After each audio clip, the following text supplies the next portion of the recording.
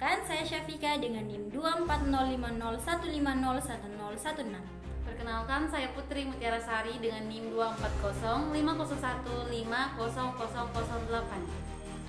Baik, dalam kasus perundungan cyber yang terjadi di SMA Bhinneka Harapan, pendekatan penyelesaian tidak hanya bisa berfokus pada pelaku dan korban. Masalah ini menyentuh banyak aspek, psikologi siswa, peran guru, keterlibatan orang tua, dan budaya sekolah secara keseluruhan.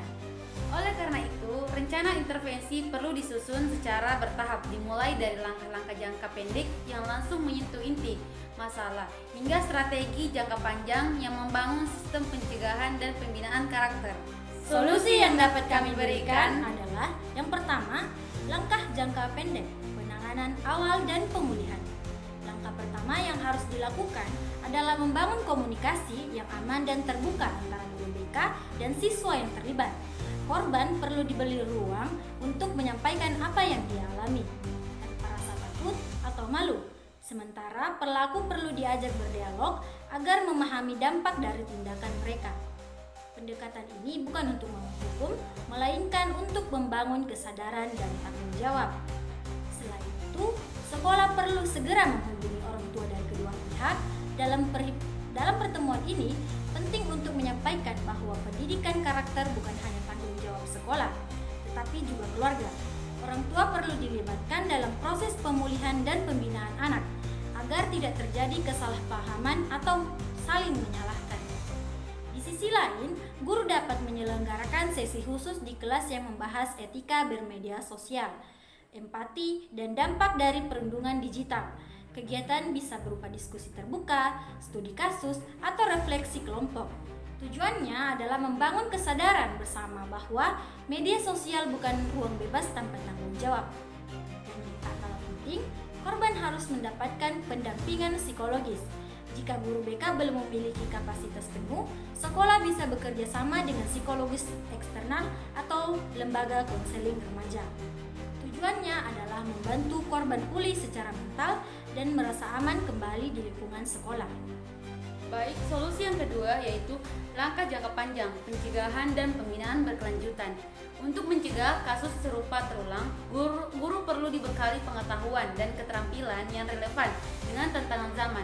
Pelatihan tentang literasi digital, etika media sosial, dan penanganan kasus sosial remaja menjadi sangat penting. Dengan pelatihan ini, guru tidak hanya menjadi pengajar, tetapi juga menjadi pembimbing yang adaptif dan peka terhadap dinamika siswa. Sekolah juga perlu kebijakan yang jelas dan mendidik terkait perundungan siber.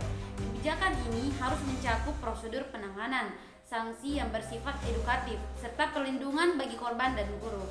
Yang terpenting, kebijakan ini harus disosialisasikan secara menyeluruh agar dipahami dan dijalankan oleh seluruh warga sekolah. Program pembinaan karakter juga perlu dirancang secara konsisten dan kontekstual. Misalnya, sekolah dapat mengadakan pekan etika digital yang mengajak siswa untuk merefleksikan perilaku bermedia sosial. Selain itu, forum sahabat BK bisa menjadi ruang aman bagi siswa untuk berbagi pengalaman dan saling mendukung. Kompetensi jejak digital positif juga bisa mendorong siswa untuk menyebarkan nilai-nilai positif melalui konten kreatif. Terakhir, sekolah perlu membangun budaya yang mendorong keterbukaan dan saling menghargai serta keberanian untuk melaporkan tindakan yang tidak etis. Ini bisa dilakukan melalui kegiatan lintas kelas, kolaborasi antara guru dan siswa, serta keterlibatan aktif orang tua.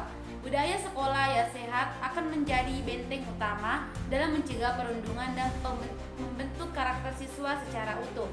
Baik, itu saja solusi yang dapat kami berikan. Kesimpulannya adalah kasus perundungan cyber di SMA Bhinneka Harapan menjadi cerminan bahwa pembangunan karakter bangsa tidak bisa dilepaskan dari peran guru dalam kehidupan sehari-hari siswa.